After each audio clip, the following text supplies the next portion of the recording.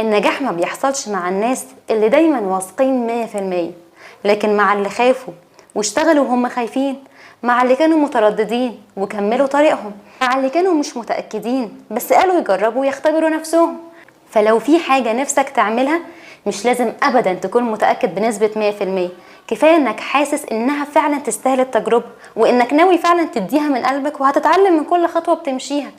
كل خطوة صغيرة بتكسر الشك الكبير اللي جوانا، وكل فعل بنعمله هو بيوضح لنا الطريق أكتر من 1000 تفكير.